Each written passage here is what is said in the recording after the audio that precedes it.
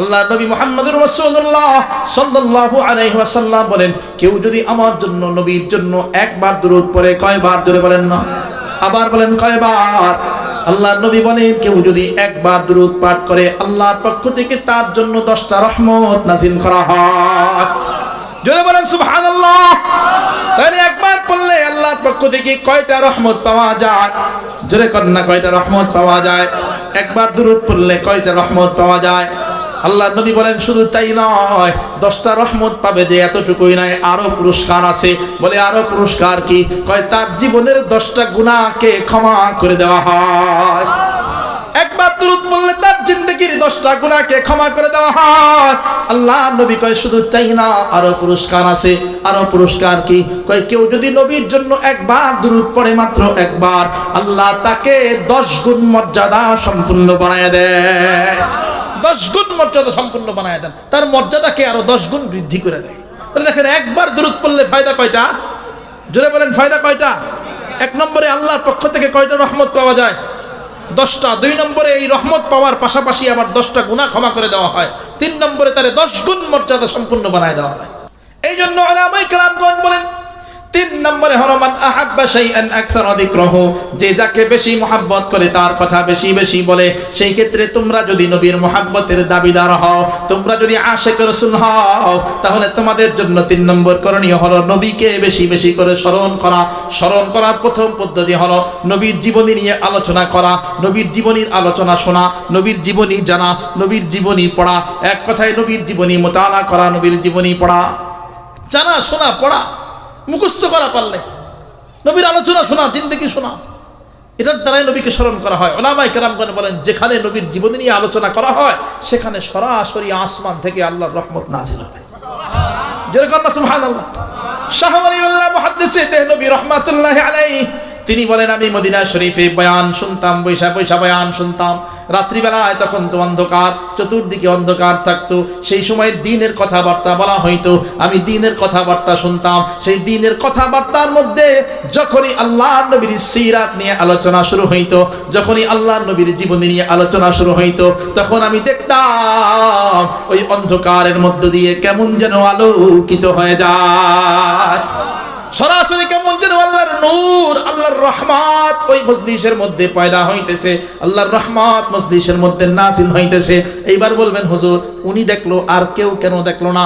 আমরা কেন দেখি না? আমরাও তো এই দ্বীনের কথাবার্তা শুনি, আমরাও তো মজলিসের মধ্যে বৈশা নবীজির আলোচনা শুনি, নবীর জীবনী শুনি, আমরা কেন দেখি না? আপনার আমার চোখ তো আর তাদের চোখের মতো না। আপনার আমার চোখ তো সকাল থেকে নিয়ে রাত পর্যন্ত শুধু গুনাহ আর গুনাহ দেখে।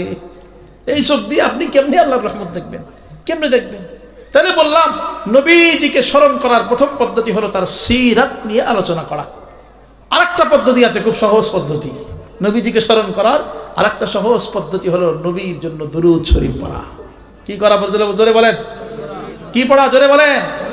নবীর জন্য দুরূদ শরীফ পড়া, এটা হলো নবীকে স্মরণ করার সবচাইতে সুন্দর, সবচাইতে সহজ পদ্ধতি। একটা হাদিস বলে শেষ করে দেই। এক হাদিসের মধ্যে দুরূদের 3টা ফজিলতের কথা বয়ান করা হয়েছে। কয়টা? জোরে বলেন, আবার বলেন কয়টা? 3টা। এক হাদিসের মধ্যে 3টা ফজিলতের কথা বয়ান করেছে আল্লাহ নবী মুহাম্মদুর রাসূলুল্লাহ সাল্লাল্লাহু আলাইহি ওয়াসাল্লাম বলেন, কেউ যদি আমার জন্য নবীর জন্য একবার দুরূদ পড়ে, কয়বার? জোরে বলেন না, আবার বলেন কয়বার? আল্লাহ নবী বলেন, কেউ যদি একবার দুরূদ পাঠ করে আল্লাহর পক্ষ থেকে তার জন্য 10টা রহমত নাযিল করা হয়। জোরে বলেন সুবহানাল্লাহ। তাহলে একবার পড়লে আল্লাহর পক্ষ থেকে কয়টা রহমত পাওয়া যায়? জোরে কর না, কয়টা রহমত পাওয়া যায়?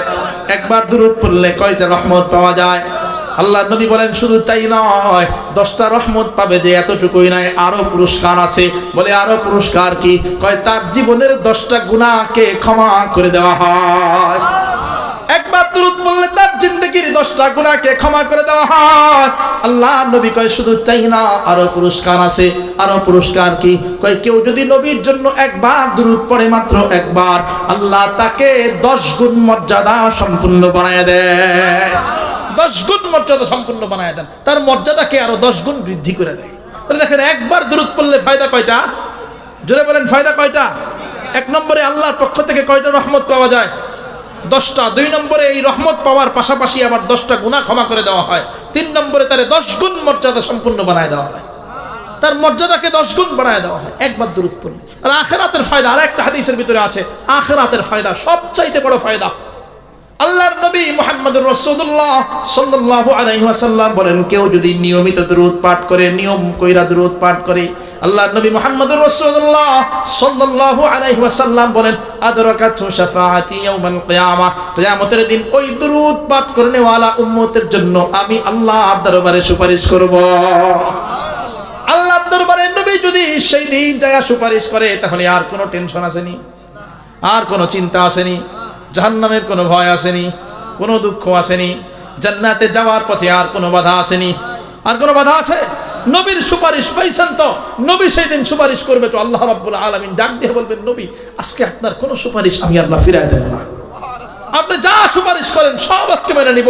আপনার এই গুনাহগার উম্মত দুরূদ পড়ছে বিদায় তার জন্য আপনি সুপারিশ করতেছেন।